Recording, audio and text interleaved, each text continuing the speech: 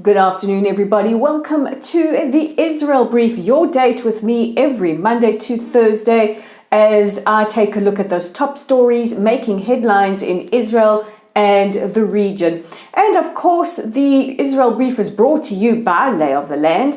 And don't forget that you can check out our website at www.layoftheland.online, our growing Facebook community despite censorship at Lottel's site. Give us a like or a follow, share our content. Our YouTube channel, become part of our community there at the Israel Brief, and click on that red subscribe button and play your part in helping to get the news that you don't hear from Israel in the mainstream media out to as many people as possible. And of course, we're on Twitter, where all good tweeters are, and you can find us at Lay of the Land with a digit 5. So that's at Lay of the Land 5. Interact with us there, pop us a message, share our content. We love it when you do. So let's take a look at those top stories. And one of our favorite subjects to talk about here at the Israel Brief is normalization. Now, the Jerusalem Post were reporting earlier today that a Sudanese envoy has been in the country. The envoy reportedly landed on Monday with the aim of talking about how to advance normalization and peace between our two countries. If you recall, in 2020, when the Abraham Accord started to be signed, Sudan was one of those countries that also announced that they would be normalizing ties with Israel. Now, while government officials from both countries have declined to comment, what we do know is that over the last year or so, there has been a significant amount of unrest in the Sudan, which has delayed this process. But it is really a positive sign to hear that an envoy is in the country at the moment. Now, what is also very interesting is that in his speech to the African Union the other day, the chairman of the AU, scuppering the bullying tactics by Algeria, the Palestinian Authority, and South Africa to try and get Israel's observer status revoked, the chairman alluded to the incredible amount of cooperation between Israel and African states and just all the positives that Israel has to give to the African continent, noting that 44 African states recognize Israel, 17 have their embassies in the country, and at least 12 have general consulates. So we look forward to seeing how this normalization between Israel and the Sudan will progress and who is set to follow. Yesterday, we brought you the story of 3 Al-Aqsa terrorists who were eliminated in a shootout with security forces. Well, the Palestinian Authority are demanding an international inquiry into the events surrounding this incident. The 3 were buried in their towns today, and thousands attended the funerals, swearing to avenge their blood. The Shin Bet confirmed yesterday that the 3 terrorists were part of a cell that were planning future attacks on Israeli citizens and soldiers. They had already been responsible for 4 attacks over the last 2 weeks, and a 4th suspect is still at large.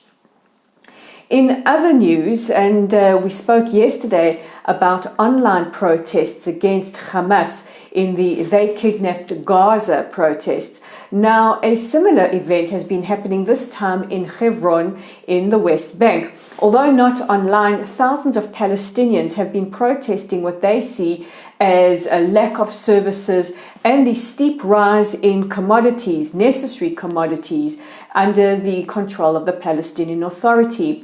Now, this is not the first time that we have spoken about protests against the Palestinian Authority in recent times.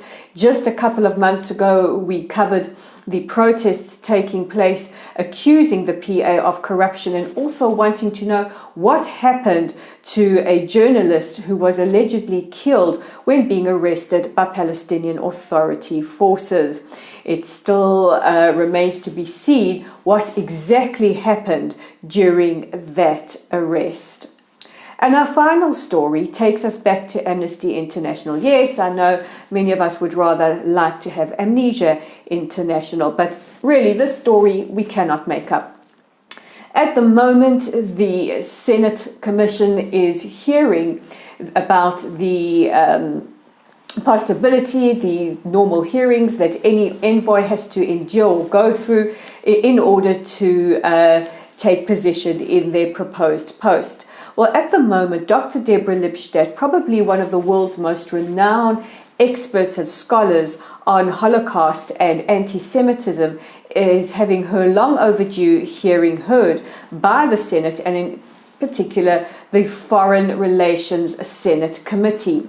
Hearings started yesterday and are continuing today, and Amnesty International have demanded that her position and that she be put in her position as soon as possible. They have expressed a grave concern about rising anti-Semitism around the world. And I just want to remind you that it was just last week that Amnesty International released their egregious report accusing Israel of the crimes against humanity of apartheid. And the head of the Senate Foreign Relations Committee warned Amnesty International that not only do they reject the report, but they are concerned about the part it could play in increasing anti-Semitism and attacks on Jews around the world. So really, you can't make this up. My personal opinion, and if you disagree or agree, please feel free to pop a comment in the comment section below, is Amnesty International have faced a lot of criticism, not just from individuals and organizations or from the State of Israel, but from countries like the Czech Republic, Austria, Germany, Australia, the United Kingdom, the White House, Croatia, and others concerned about not only the mislabeling of Israel as an apartheid state, which they all vehemently disagree with, but also the fact that this report can lead to rising anti-Semitism. And we've already seen one example of that in Australia, where a Jewish person was the recipient of a horrible phone call accusing him of being a practitioner of apartheid. So those are your top stories making headlines. Don't forget that you can join me, Rolene Marks, round about the same time, definitely the same place tomorrow, as I bring you our final batch of top stories for the week before we head off into the weekend. Stay safe, stay healthy wherever you are. I'm Rolene Marks. This is the Israel Brief, and we'll check in with each other tomorrow.